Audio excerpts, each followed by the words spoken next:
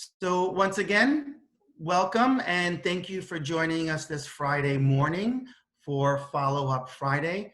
My name is Gaetano Vocaro. I am one of the resource specialists at the Long Island Regional Bilingual Education Resource Network, also known as the Long Island RBERN. Co-hosting with me today is my wonderful and amazing colleague, Heather Rubin, who is behind the controls right now. And Heather, just say good morning. Good morning, everybody. I could actually show my face just for a second. So I'm so busy staring at the screen. Hope everybody's doing well. So excited about today. We have so many great things to share with you. I'll be monitoring the chat and helping Guy navigate all of these wonderful speakers we have today. So enjoy. Great. As you see, we have our email addresses up there for you. Should you have any questions afterwards, please feel free to contact us. So as we just mentioned, we have a full agenda this morning. So without any further ado, I'm going to start off with Bonnie Foster, who is a tech consultant for our Title III Consortium, which provides professional development for the E&L teachers on integrating technology into instruction for ELs. She is our tech guru and will be presenting on one of her favorite multimedia tools, Buncee. So Bonnie, are you there? Yes, I am. Great, welcome. Thank you for being here. I love your waterfall. Oh, thank you. I actually acquired the waterfall from Canva, canva.com. And Okay. They have a whole bunch of Zoom backgrounds in there. If anyone is interested, they can log on to Canva and just search Zoom backgrounds and they come up. You download them, it's free, and then you upload them right into Zoom. Great, thank you. You're welcome. All right, so I guess I'll get started with Buncee at this point. Please. Okay, so what I'm going to do is I need Guy, if you will stop your screen share so that I can screen share. There we go. Sorry about that. No problem. Okay. So I am going to buncee.com. And if you all would like to do that as well, you can. If you're not familiar with Buncee, it is basically a multimedia creation tool that I like to say is really your all-in-one go-to place for creating. Everyone from kindergartners to adults can use this tool very effectively. And as someone who specializes and works with mostly E&L teachers, you can import audio in there, video, lots of different things. It also has Microsoft's Immersive Reader built in. And I'm going to focus today on their Ideas Lab. And I'll talk about that. And in another few weeks, I'm actually going to be doing a more in-depth training on all of Buncee. So if anyone wants to join along on that in the future. But today we'll focus in, like I said, on the Ideas Lab, which is all of their ready-made materials for you to use.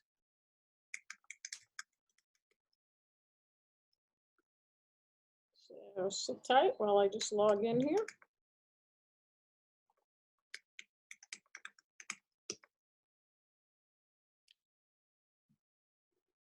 So when you come into Buncee, the Ideas Lab is located right in the upper right. Hopefully everyone is seeing that. You guys want to just like nod heads so I know you're with me?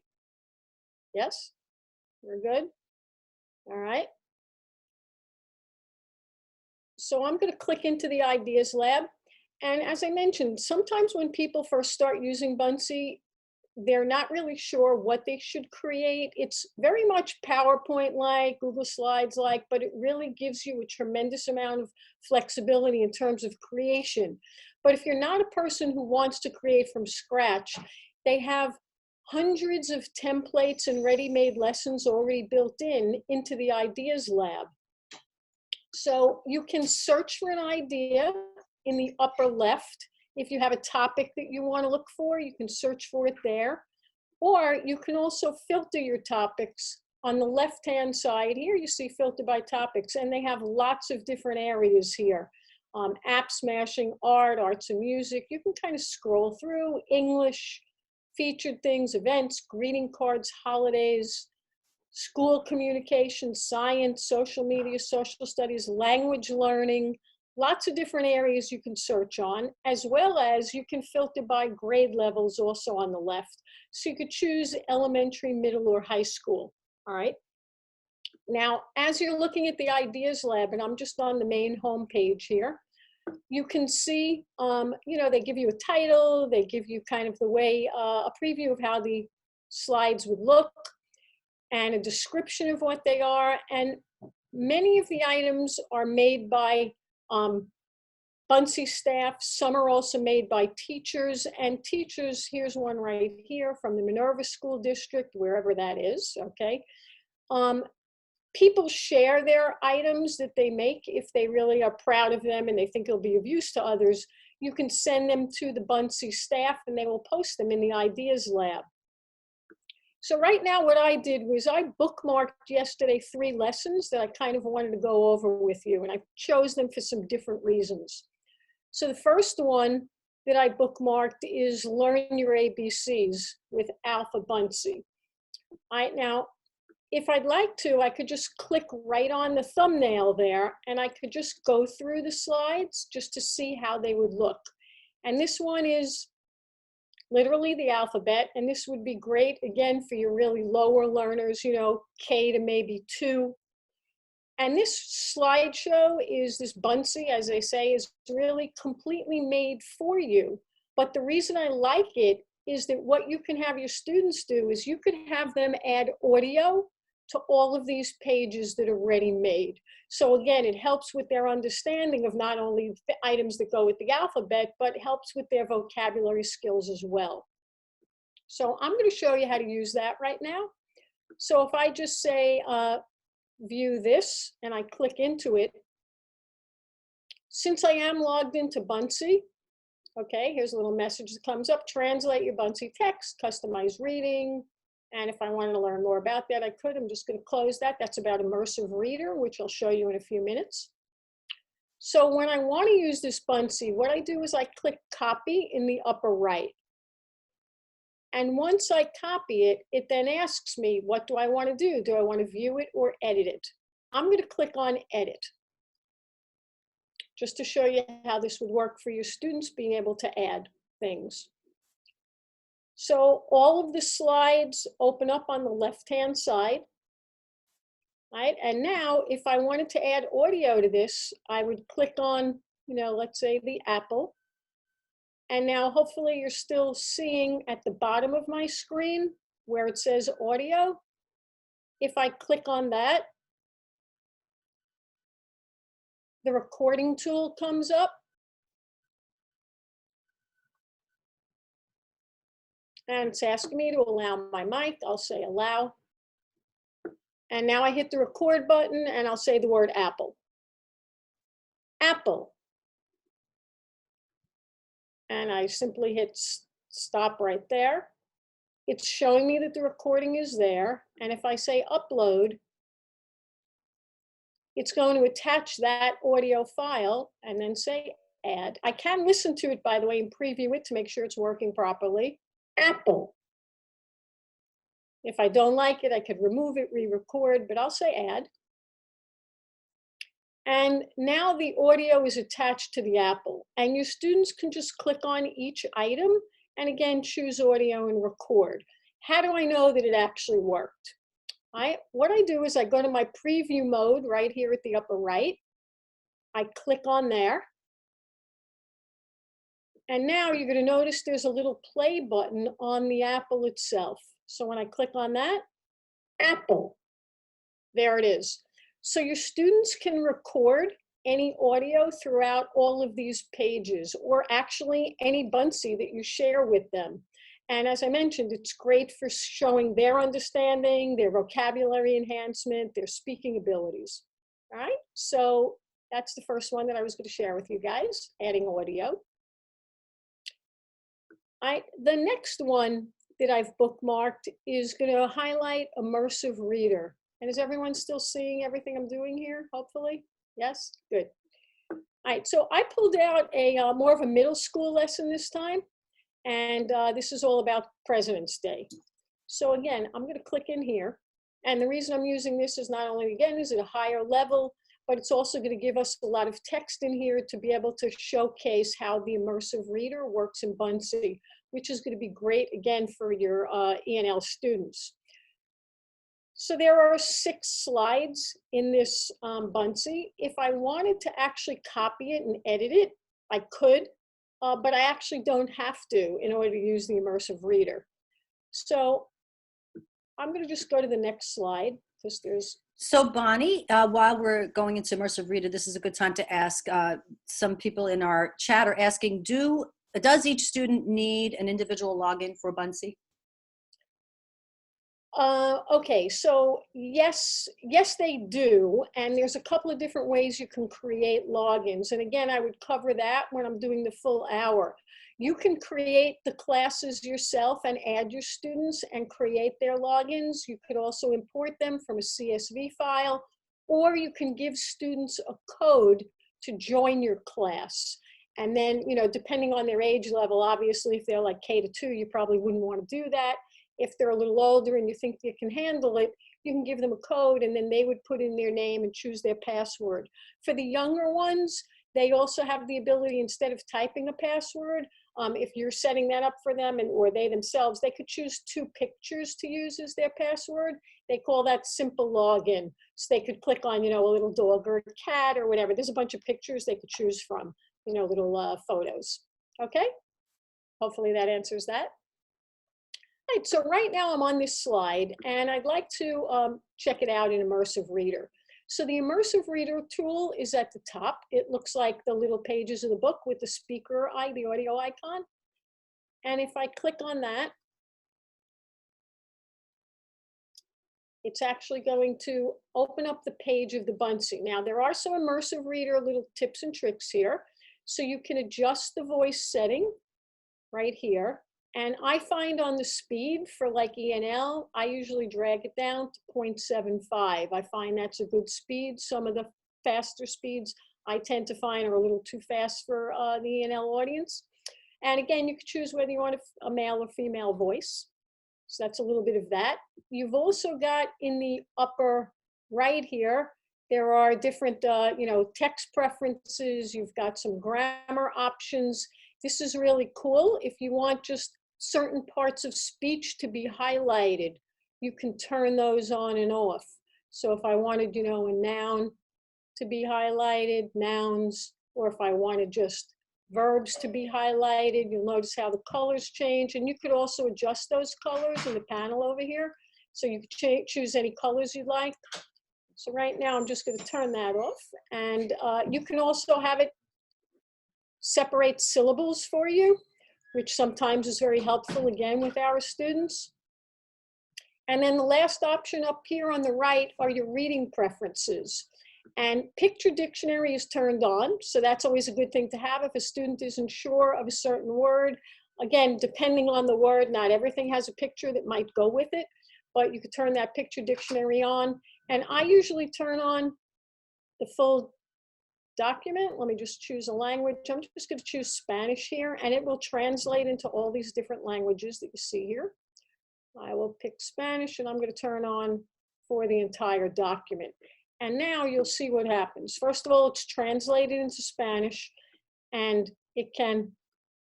Originalmente establecida en 1885 en reconocimiento al presidente George Washington, la fiesta se hizo popularmente conocida como President's Day.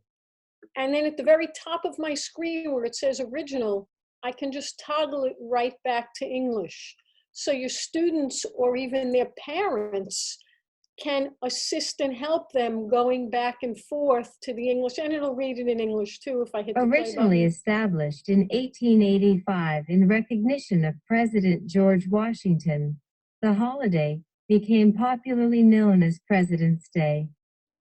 So Bonnie, we have just 2 minutes left before our next speaker. So is there any other highlights or features you'd like to share? I just want to mention before Bonnie wraps up that Bonnie will be presenting a full 1-hour training on May 6th. You can see that on my learning plan. You can register. So if you're interested in learning more about Buncee, you can register for that training. Yep. One last quick thing you can do here. And another one that I had chosen here was celebrate cultural diversity in America. And just to show you again, you could take a ready-made Buncee that's already there. And if I wanted to, let's say, delete a slide from here or many, let's say there's only one slide I want to use. Here's a great slide on the family tree. And I don't want anything else that's here. I only want this. I can come in here, I can click on any other slide I want, and at the bottom of your screen, you see the option to delete pages. I can just delete everything else off of here because it's made my own copy in my own library. So I could take off anything else I don't want, leave it just as my family tree. I could rename it at the top here, you know, instead of cultural diversity, you know, I could just name it family tree and it'll be completely saved.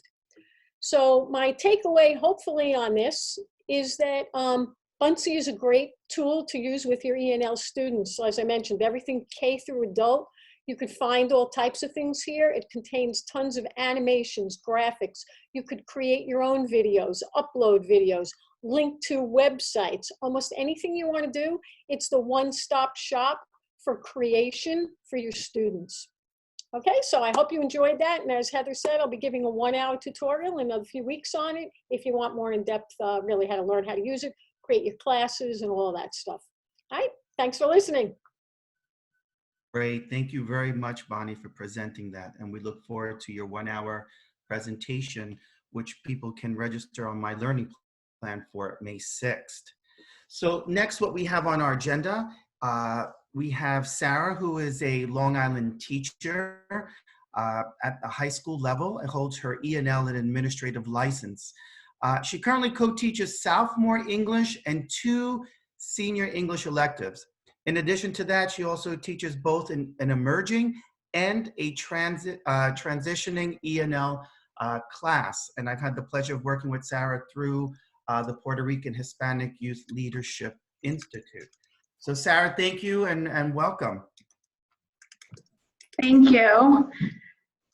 Oh, so a little bit about me. I created this slide just so you guys can see. So a little bit about me. I teach at Paul D. Schreiber High School in Port Washington, and these are the classes that I teach. I teach standalone and I co-teach also. Sophomore English and journalism and film and lit are my co-taught classes. If you have any questions after, I did put my contact information at the bottom here, so you can email me with any questions that you might have. So a little bit of instructional tools that I use. My district is Port Washington is a Google district, so a lot of things that we use are through Google. Every day, so whenever we post assignments, we use Google Meet, and our Google Meet does not have to be live, but it could be recorded. So depending on the class, I actually do a combination of both. I'm going to show you guys in a minute how to use Google Meet. It's very similar to Zoom, but for a lot of districts, Zoom has been having issues with people coming into it that are not involved or should not be there. Google Meet is a safer option for people to use, and it looks exactly the same. You can download the grid view also, so it looks pretty much the same, except it's just through Google instead. It's a little bit safer, I think. And I use Google Classroom to post any assignments, which I'll show you guys also. What I love about Google Classroom is that you can attach links to other sites. So if you create a Quizlet, you can actually attach your Quizlet into your Google Classroom, and your students just have one access to it. They can click the link right in your classroom and then get to that Quizlet that you have. You can create ed puzzles, which I personally love because they're short videos and you can edit them and ask questions. You can embed those ed puzzles into Google Classroom also. Also, National Geographic is another great tool that I personally use, and you can put everything into Google Classroom, so it's just one-stop shop for your students. I also use Google Slides, Google Forms, Google Docs, and Google Sheets. I log assignments and attendance through Google Sheets for my own self, and any comments, any interactions that I have with students. Just a side note from Google, any Google things like Google Suites, if you're having issues and you want to reach students, a really great app, and I'll write it in here, is an app called Talking Points. I'm going to add that in here. It's an app, Talking Points.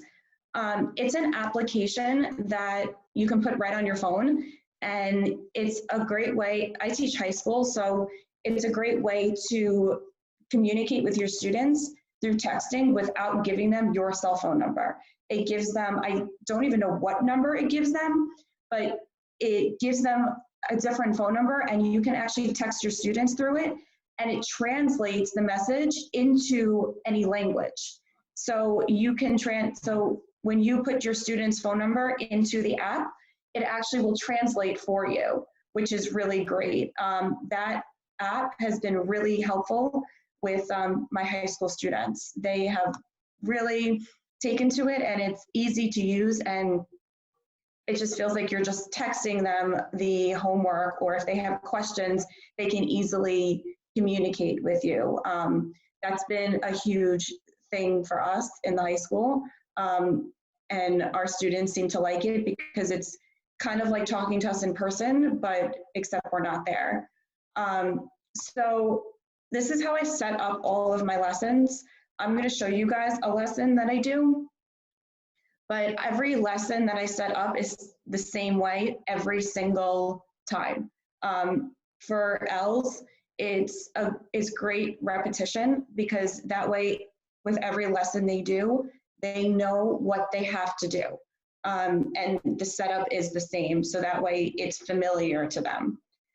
So every lesson starts with a breakdown where I tell them and remind them that when their lessons are posted and what they have to do.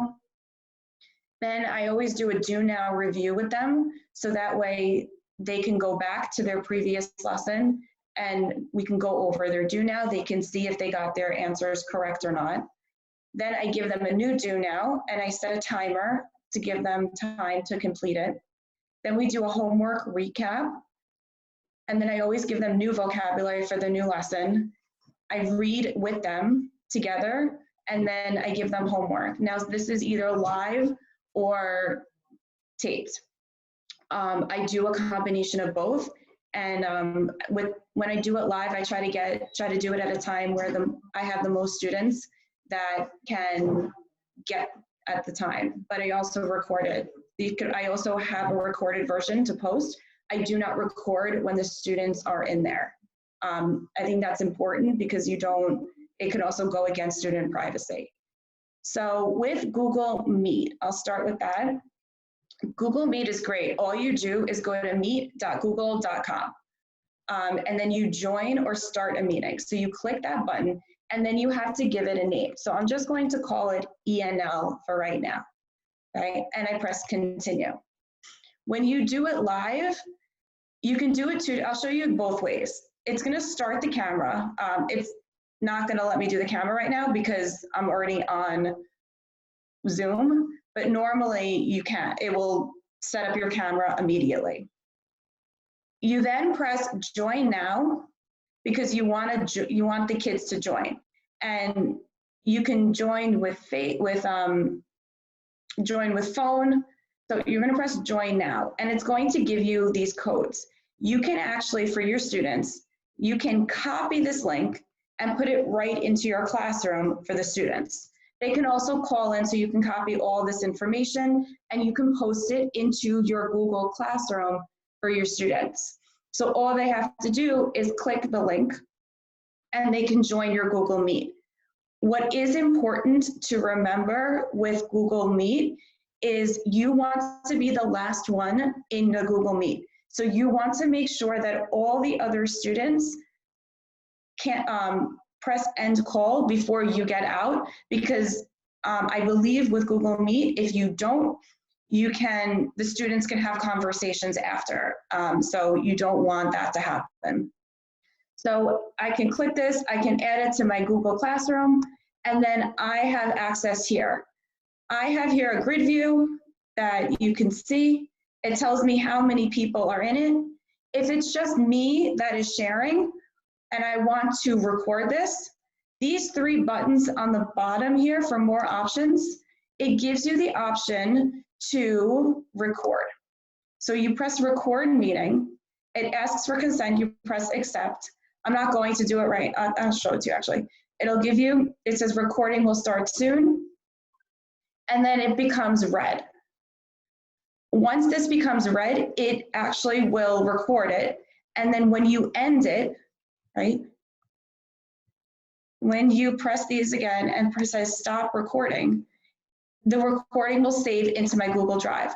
Before I do that, I just want to show you, you can present your screen. So if I present now, I can present my entire screen.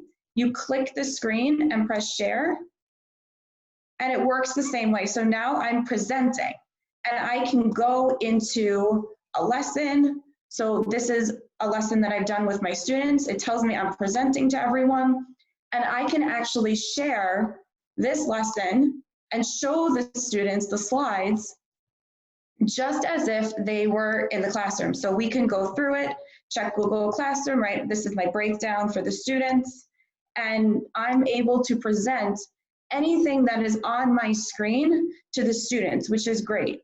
I can show them that, I can show them what to do. I can show them the quizzes that I've created for them. I can show them the homeworks that I've created for them. I can go into my Google Classroom, show them where it is posted, right? So I can show them, go into the stream, hit classwork, and this is where you will find your assignments. I can open it up for them. This Right, is and great, all- Sarah. I have to thank you so much. This is amazing stuff. We have 1 minute left. Is there Yeah. some final point you'd like to share with everybody? Where you have to see everyone is enjoying this in the chat. Amazing, amazing stuff. But what would be your final, your closing comments for this? Just if you have any questions with Google Meet or any of the Google, let me go back to here, any of the Google apps, just send me an email. I will be happy to help you. My email is down here. So it's schoit@portnet.org. If you have any questions or want to do it with your students and are unsure of how to use it, just send me an email and I will be glad to help you and walk you through it. I can do a virtual, one-on-one with you guys if you need, or any questions that you might have. So just send me an email and I'll be glad to help you. Sarah, thank you so very much. And I will remind the participants that at the end, there is an opportunity. We ask that you fill out the evaluation form, and I'll show you how to do that. But in the comments area, if you see something today that you would like to see more of, I will reach out to the presenters and ask them if they wouldn't mind sharing additional information. We could do a whole thing for that as well. So Sarah, thank you, because I know you have a lot of stuff that you put together, and I would love for you to share that with the rest of us, maybe on a different, maybe Tune In Tuesday. So thank you. Sure. Anytime you need me, I'm always here. I know that. So thank you very much, Sarah. You're welcome. All right. Good day now. All right.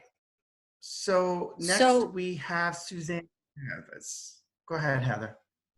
Oh, yeah. So I wanted to introduce Suzanne. Suzanne Chavez is the ENL bilingual coordinator for Freeport. And she's going to share with us this amazing website that they built and for their pre-K through 2, I believe, but she'll tell you. I looked at it. It's an unbelievable, amazing resource. And also some of the middle school resources that one of her teachers has created, some of her screencast tutorials, just to give you an idea of how they're flipping the classroom. So Suzanne, are you there? I am here. Hello, everyone. Thank you for having us. Welcome. I'm going to pin you. Let me just get your video up. 1 second. Heather, tell me what time we have to stop, because I don't want to talk too long, because I want to make sure that Susan can share her amazing stuff. Well, we have 10 minutes. Minutes. Okay, good. Okay. And if you want to go ahead and share your screen, we'll. Make sure I can do this. Okay. All right. Are you seeing the screen? Yes, we are. Yes. Not seeing you, though. Do you have your camera on? I do. Okay, I'll I fix it do. in a second. Well, at least you can see this screen. So I'm just going to show you how to go in. Now this website, so we have our e-learning online resource center. So you just click on here. It's a couple of things to click through. And we have actually, this gives description for the parents. I'm going to show you the grades pre-K to 4. The grades 5 to 12 is there as well. It is not as stocked as the pre-K to 4 because they rely a lot more on their own Google Classrooms, the teachers. So, but I'm going to take you into the pre-K to 4.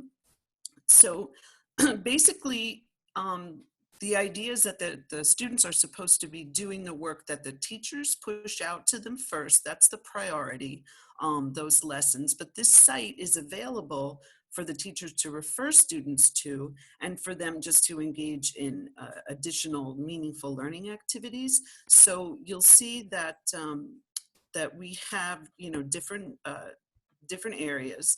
The nice thing about this is that because now we're so bombarded, there are so many amazing resources out there, it's become overwhelming, right? So this was a way for the ELA director and our literacy coaches in the district to really filter through what's out there and post on this site and make it really easily available for students and parents to go right to the sites and the resources that we think are really amazing. So I want to show you very quickly this. I had shared this with Heather when we first put this out. So we launched our e-learning on March 25th. We started kind of before we closed, we jumped right in and started setting all of this up. So this is a Powtoon. I'm going to play. Do you see it? Am I in the right? You see Yes. Okay, great. So we have it in English and Spanish. I actually narrated and helped with the translation of the Spanish one. The English one was created by our ELA director and coaches in the district. So it's just under 3 minutes. I think it's worth it for you to see the whole thing. I don't know if you've ever used Powtoon, but this is just really fun. And I think you know, this has been really helpful for the families. That's the feedback we've gotten. And we're ready for phase 2 video, since this was that initial overview of what it is we're doing in this new world of e-learning. So now we're ready to create an additional video. So let me just play this for you.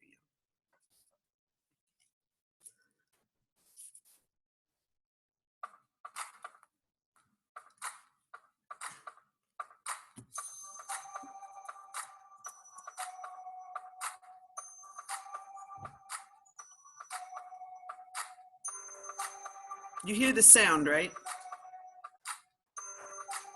Together is better. We are all new to this type of teaching and learning. It is trial and error for all of us.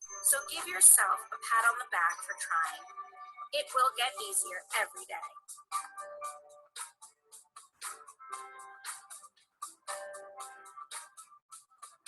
This is the amount of time students should try to work each day. Grades K to 1 should be learning and working for at least 2 hours each day. Grades 2 to 6 for at least 4 hours each day. Your teacher will be in touch with you every day. This will happen through Google Classroom in grades 2 through 6.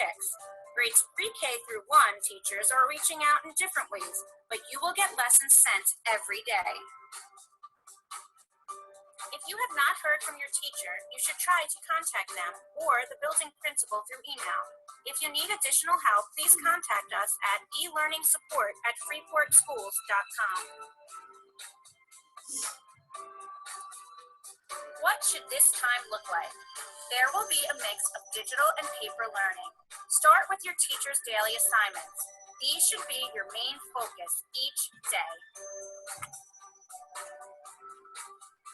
We know that learning happens in many ways. Mix it up. You don't have to be online all day. There are many things you can do offline. Read and respond to a book, write a story, create something. If you need or want more, use a page or two from the printable packets. Also, visit our home resource learning sites. What's on the site? Go here for links to log on to programs students use every day in school, fun games, virtual happenings, to view student work that families are sharing with us daily. How do you get to the site? Go to www.freeportschools.org and click on the e-learning and online resource center links. We can't wait to all be together again. Until then, be safe, stay healthy, and happy learning. We are here for you.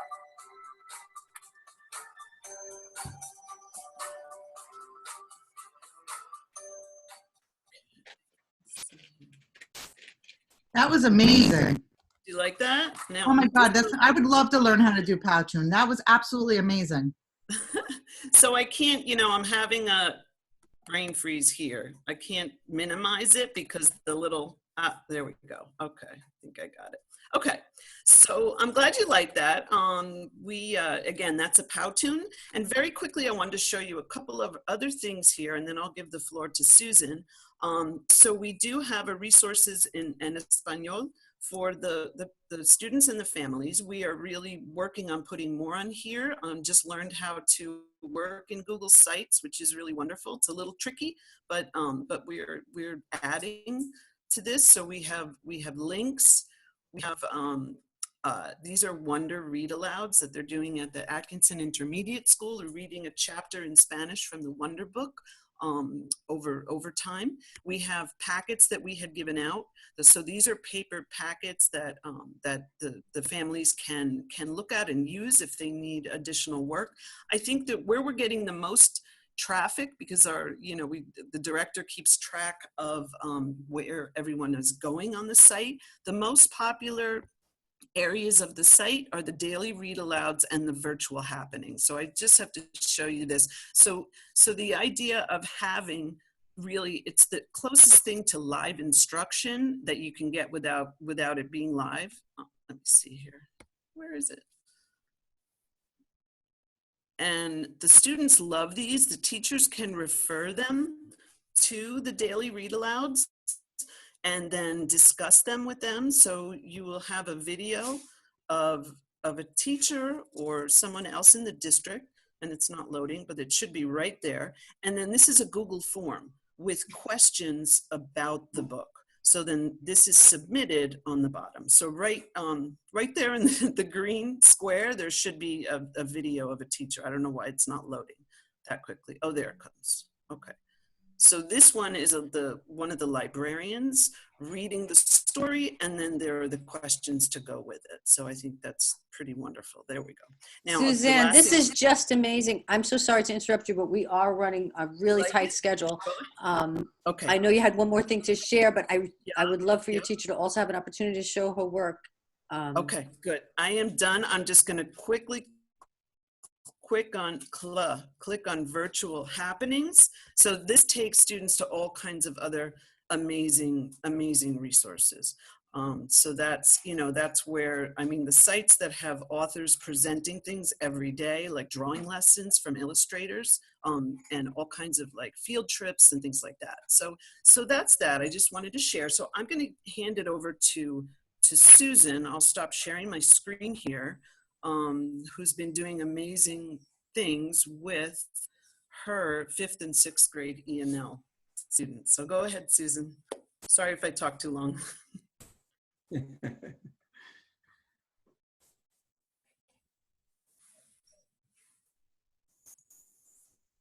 Okay. Can you guys hear me? Yes. Yes. Okay. And can you see that I'm sharing my screen of my Google Classroom? Yes. Okay, perfect.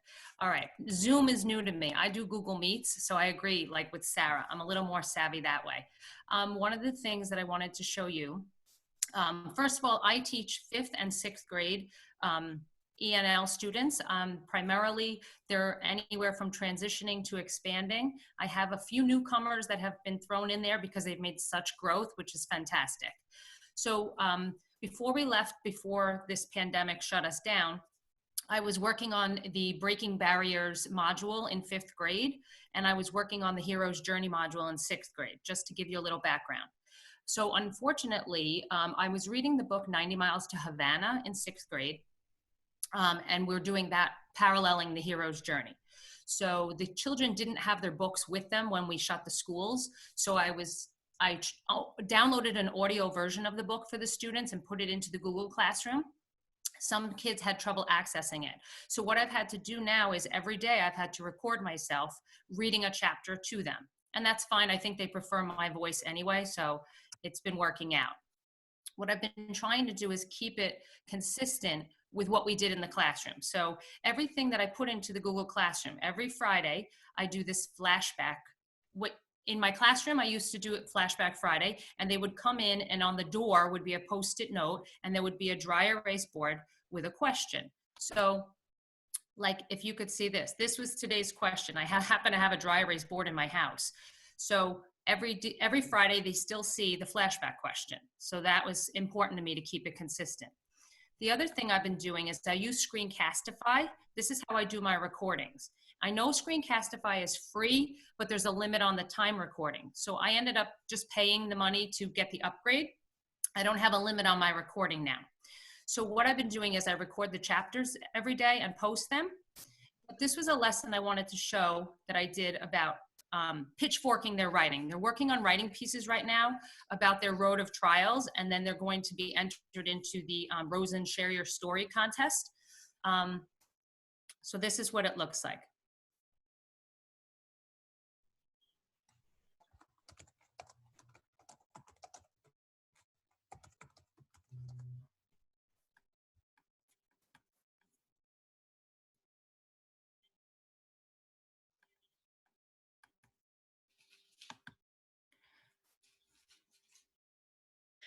So while that is, I'm not No. hearing the sound, but I do want to say we unfortunately Yes. are No, out it's of okay. time, but we're getting requests for you guys to come back and share everything you're doing, because it seems like your district has really gotten a handle on how to deliver instruction virtually, and people are asking to see you again. So I think it's amazing. We got to see a little from pre-K as well as the upper grades, and I really want them to see your screencasts with Screencast-O-Matic, because teachers need to see real examples of content-based instruction just with these screencast tutorials. So hopefully, Suzanne, you'll join us again. Yes, definitely. Thank you so much. Thank you. Great. Suzanne and Susan, thank you so much as well.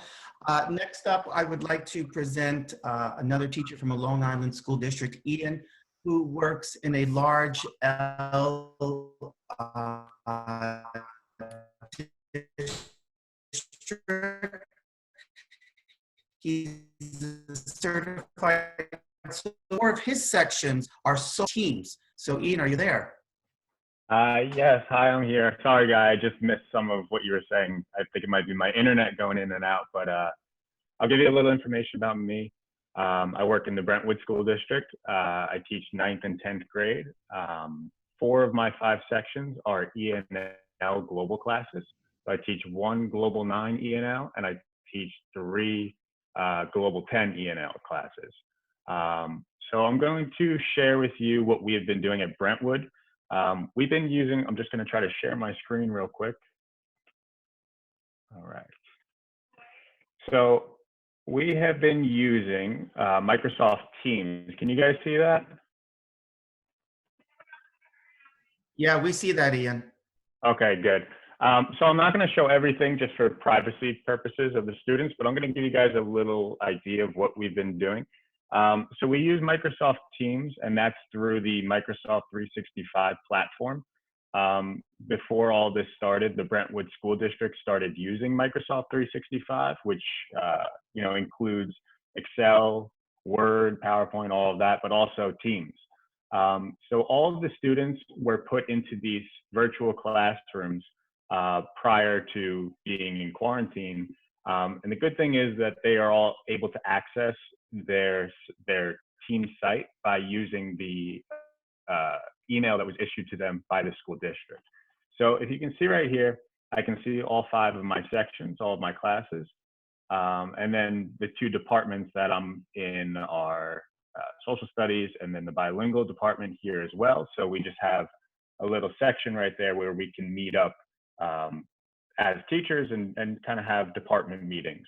The library also has its own section. And you can see everything that's in bold. That just means that there's a new message that I haven't seen yet. And then on the left side, you can see this on the dashboard that there's a chat section showing that I've, in the past probably hour, I've gotten 5 messages or so from students.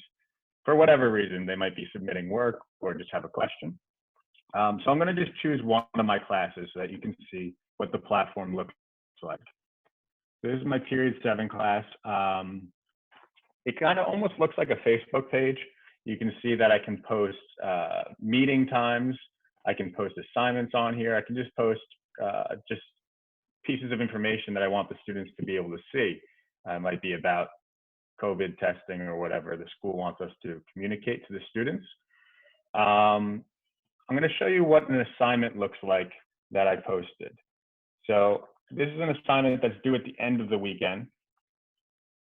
And let's see. So over here, you can see the students that have viewed it, the students that have not viewed it, and the students that have turned it in.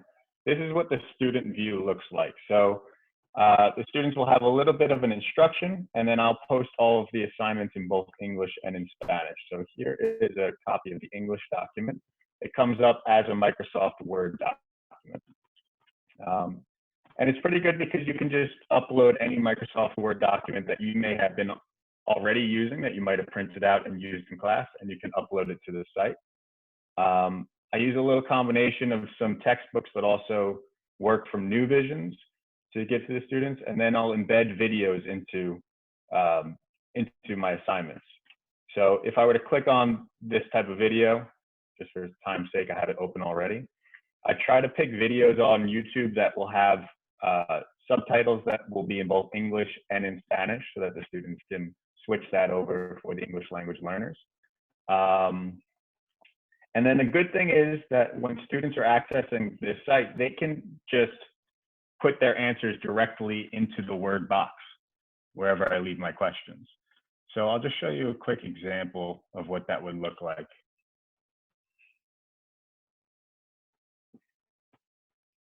All right. All right, it looks like the internet's taking a little while, but so some of my students will upload their answers to their work directly onto Microsoft Teams, but some of the students have trouble accessing some of the technology.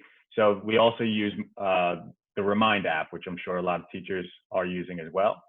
So I'll receive work sometimes that is written like this, and then they can submit it to me and I can still grade it through there. Or I could see work like this, where a student will upload their own Microsoft Word work, and they can put short answer questions or multiple choice. And the great thing about this site is it allows me, again, to post in both English and in Spanish. I do have one student that speaks French, so I can also translate it to French. And then they can access what they need to still learn the material. It's not the most ideal situation, as you guys know, but it seems to be working pretty well for our district. And then I'll also use some resources such as this. There are a lot of resources online with interactive readers that will be in both English and in Spanish. And if anybody's interested in that, I could probably provide you with that. But for now, that's pretty much it. That's great. Ian, thank you so much for sharing that, and also for sharing a different platform, because we've been seeing a lot of Google Classroom. And as we said in Tune In Tuesday, it's really the principles and not the process. So I could see how you are able to communicate with your students, assign assignments, and give feedback. So thank you again for joining us, taking this time, and I appreciate it. Thanks for having me. My pleasure, my pleasure. So next, what I would like to do, let me just swap my screen here, You have been signed out. What? You must sign in. I wanted an opportunity for us to get the feedback of students, because we're doing so much online, doing online assignments, distance learning, and so we're providing an opportunity to speak with students. So I was able to get 2 students. I created a few questions, and I thought it would be great to get their feedback and listen to see how their experience with online learning has been. So Heather, I'm gonna let you take it for a second. It looks like I signed out somehow. So Okay. Still seeing you there, Guy. you're not seeing me, right? Yeah, no, I am seeing you. Yeah, I see Guy too. I see you, Guy. My screen, here we go. Somehow it signed me out Of what? What did it sign you out of? of my presentation here, but no problem. Okay. While Here we Guy's getting go. that up, I just want to reiterate, I was just typing into the chat that it really is important to remember that we're showing you a variety of platforms. The real goal is not to show you or train you on each of these platforms. The goal is to show you that no matter what tools you're using, the principles are the same. How we're reaching the students by translating resources, by providing multimedia resources, by curating all of this stuff in a user-friendly platform, whether it's on your web page, whether it's in Microsoft Teams or Google Classroom. So that's the overriding message. So I know I just love that we have so many different ways of doing these things, and we'll have opportunities to explore more in depth. Moving on, we have many Tune In Tuesdays to come. So just a reminder. And I do also want to mention, we probably will run over, and if you would like to stay on with us, we'll stay with you, just so that we could hear from the students. So the 2 students I invited were Jose and Andres. They've been here for approximately 4 years, a little bit under 4 years. One's been here 3.5, one's been here almost 4 years. Incidentally, today is Jose's birthday, so happy birthday, Jose. Happy birthday. Are you, gentlemen, Happy birthday. yeah, are you with us, Jose and Andres? Can you hear me? Yes, I'm here. Yes. All right, that's Jose. Andres, are you there as well? Yes, I'm here. Great, thank you again for taking the time to be with us and to share how your experiences have been with distance learning, because all of us are learning as we're going along. So let me just get straight to the questions here. So were you using online learning before schools closed? Andreas, I'll start with you. Well, the Andreas? truth is, most of the work was done without using technology, so it was pretty much just paperwork. So before schools were closed, basically I was just doing one class. One class was using online learning, so yeah. Right, and so now you've moved to how many classes? All your classes? Yeah, all of them. Okay. Jose, how about yourself? Well, before all of this happened, I was just in online learning for one class, which was my English class. But all it was I was going to check assignments, and that was it.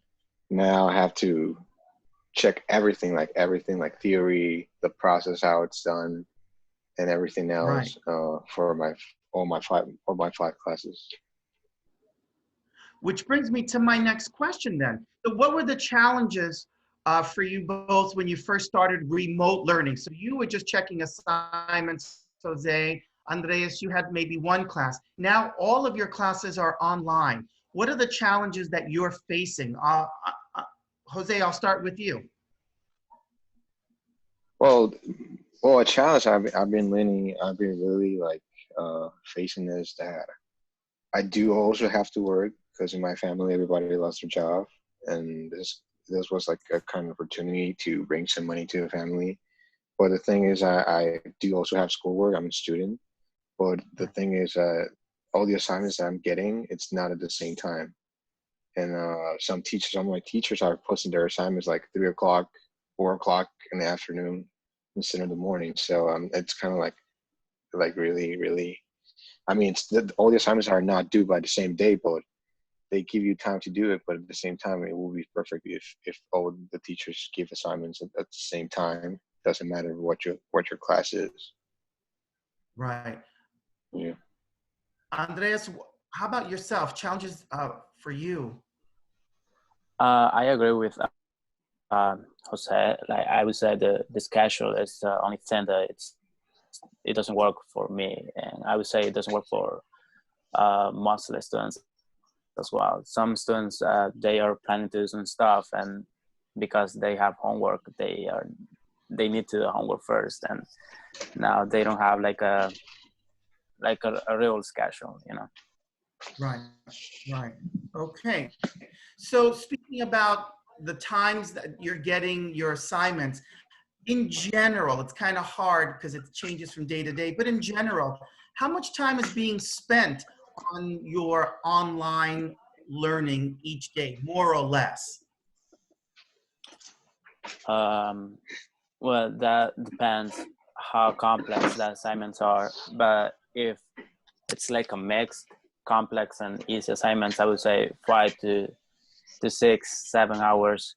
But sometimes the problem is like when the assignments are not really explained or they are not really detailed how you're supposed to do it, then you get confused and you actually take more time in order to finish them. And actually sometimes, you know, you will procrastinate more and it takes more time. So you are online pretty much, Right. not being productive. Okay. How about yourself, Jose? How much time on an average would you say per day? Daily, I would say like 2.5 to 3 hours. Okay. For probably, it depends on the classes too. Because on my English class, I have film and lit, which is not a difficult class. Just watch a movie and then talk about it, and that's it. And then, but there's some classes like math or physics, which are really like complex classes that you really need to understand more, to pay attention and focus a little bit more. So yeah, I would say like 2.5 hours to 3 hours. Per class or per day? Per day. Per day. Not Okay. per class. Okay. And so now it brings me to the next question. Do you feel like the work that they're sending you is important? Is it meaningful? Let me see if I can, yeah. Is it meaningful? Is it important? Or how do you see the work that you're getting? So Jose, I'll start with you.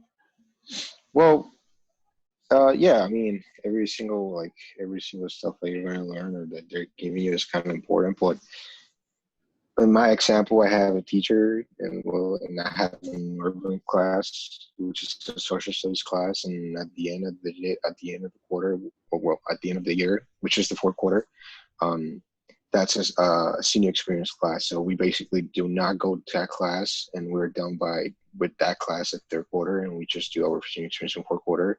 But now that we couldn't do it and that we're staying home, she's basically given us stuff and assignments that have nothing to do with the class. Like urban studies is about the New York history in this case. Right. But now it's just giving assignments about US history, which is a different topic, it's still social studies, but it's something that I did learn last year, and I just don't need, I just feel that I don't need to go over it anymore. Okay. Okay, Andres, how about yourself? The work that they're sending you now? Well, any work is important. That's what I try to believe, but sometimes the work provided doesn't give the information needed for a better understanding about a certain topic. So I would say mostly of the work it's really important, but some of it is not, like Jose said. Okay. Okay. So now you were saying earlier, sometimes you don't understand the work that you're receiving. It's not explained, but you're doing it to the best you can. How do you receive feedback? Which means, how do you know that what you're doing, you're on the right track, or what you need to do to improve your work? So Andreas, let's start with you. Well, I'm not receiving any feedback from my teachers, and even if I do my assignments, the only way that I can keep in touch with them is like if I write like a private comment in Google Classroom, Okay. or if I send an email, and that's it. Otherwise, they are not going to send me like a feedback about how I'm doing. I get it. And how long would it take them to respond to your message in Google Classroom or your email? Well, that depends. Depends who is the teacher. I mean, Okay. there are some teachers who actually are gonna answer you like in an hour, half an hour, and some of them is gonna take like 4 to 5 hours, or probably the next day. You never know. Okay. Well, that's fair. How about you, Jose? How do you receive feedback on the work that you're submitting? Well, I receive feedback well, first of all, if I ask. The only way that I will receive feedback is if I ask about something. Like my physics teacher, he posts us what we were supposed to learn on the day or in school, and at the bottom Okay. line, right at the end, he says, "Okay, if you have any questions, well, make a private comment or just make a comment in the Google Classroom, and I will respond to them." And but other than that, just do not receive feedback unless you ask your teacher. Or Okay. like, are you? No, continue. Just continue. Continue. Well, no, I was going to say, because you're saying unless you ask, you're not getting the feedback. So they're giving you this work and you do it and you submit it, but no feedback unless you're struggling or need some help. Yeah, So, correct. which brings me to this question. Do you have opportunities or ways for you to speak with your teachers, or even, we're talking academics and schoolwork, but even guidance counselors or social workers in your building? Jose, do you have an opportunity to do that? I know you said email and private messaging, but what if you want to talk to someone? Is that a possibility? Yeah. Yeah, it's a possibility. Well, it depends on your teacher if he like really trusts you to give your phone number or something like that. But I just had a phone call with one of my social workers. He really appreciates me. He's just calling for a happy birthday and everything. How you doing? And how's everything? And that's it. And I talked to him like for 6 minutes, and that's it. And yeah, I talked to my counselors by email. I asked her about things about college and stuff. How's the process? And what's the process of getting in, committing in, and that's it. It's about how I probably will say the relationship between your teacher and you, or just if they trust each other to like to give your like I said, like your phone number or something. Okay. How about you, Andreas? Do you have an opportunity, if you have questions? I know you're going through the college application and the financial aid right now. If you have questions, besides emailing, is there someone that you can call and speak with live at school? In my case, no. Maybe not. No, in my case, no. The only way that I can contact them is by email. If there is no answer from them, then no. Okay. Okay. So now, what types of assignments or activities would you like to see online? That would help us as teachers to kind of prepare our work to send to you. What would you like to see? I know when we did Pryline, you had articles to read, you had videos to watch, you had an opportunity to create your own video if you were volunteering yourself, nominating yourself for a role. What kind of assignments or activities would you like to see online? Andres, we'll start with you. Well, assignments should be, I believe assignments should be short and easy to understand. That's the first thing because I'm a student, so I understand why some students actually struggle to do their homework, and they actually struggle. We struggle when we don't understand what we're supposed to do. But like when we actually understand, we are going to understand the topic and finish it on time. Okay. So when they're and students actually enjoy the process when they understand something, and instead of just finish it, because if they just want to finish it, they don't learn like they are supposed to. Right, right. So as opposed to getting an assignment, I did it. I don't know if I did it correctly, but I did it. Here you go. Jose, how about yourself? What kind of assignments or activities would you like to see online? Well, for my personal opinion, I don't have like a lot of problems with it, but like with well, in specific, I had a problem with my math class or with my math teacher, and he uses three platforms to teach us, which is Google Classroom, Castle Learning, and Khan Academy. So in Google Classroom, it's all about him. He's talking to us and he's reaching out to us. But now Castle Learning and Khan Academy. So we had a problem in Khan Academy where a guy was speaking in the video, and he was teaching the topic that we were supposed to learn in school, and but the problem was it was not my teacher, and all of a sudden, as soon as the video finished and I started do the assignments, I'm not gonna lie, or like I felt it this way. The video and the assignments was like totally different, and I was like really confused. Like I actually really confused, and I was like, okay, well, I did my assignments and I finished. I think I did it. I just didn't do it the right way. I just did it because I did want to be done, because I was actually spending more time that I'm supposed to do, that I'm supposed to spend on my homework daily when I was in school, and now I'm spending more, probably the triple time that I was spending before. So in Google Classroom, a week later, he sent a text. He sent a text to us. And he was like that he was frustrated because the 50% of the class just didn't do the assignment. But I was like, okay, but I don't blame them, because they just didn't understand it. So as I did, because I received like four text messages and snapshot of my classmates, and they were like, "Did you understand the math topic?" And I was like, "No." Right. And he was like, "Are you gonna do it?" And I was like, "No, I'm not gonna do it."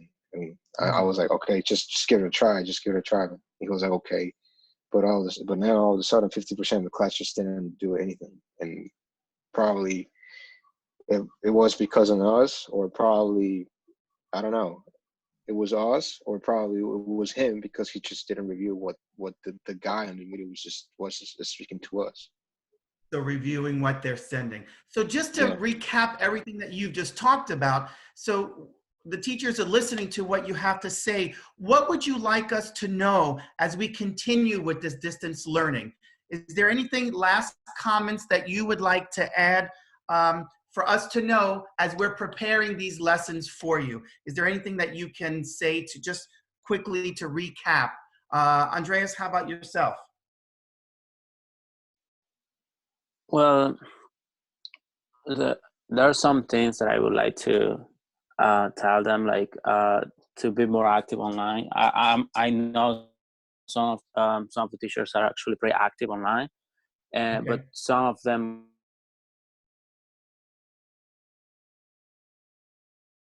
We just lost Andreas. Jose? Well, the only thing I would like to say to them is like, okay, well, first of all, thank you for all what you're doing, and this I know you guys are learning, and so is us. But I just would like to say that if someone has a question, like a student has a question, you're gonna like want to know, like, or you're gonna assume that they will probably have a question, just spend a little bit more time and on the platforms like Google Classroom and all that stuff. Right. But I do understand as well that you have a family, you have other things to do, and so I just don't have anything else to say that's just besides thank you for what you're doing.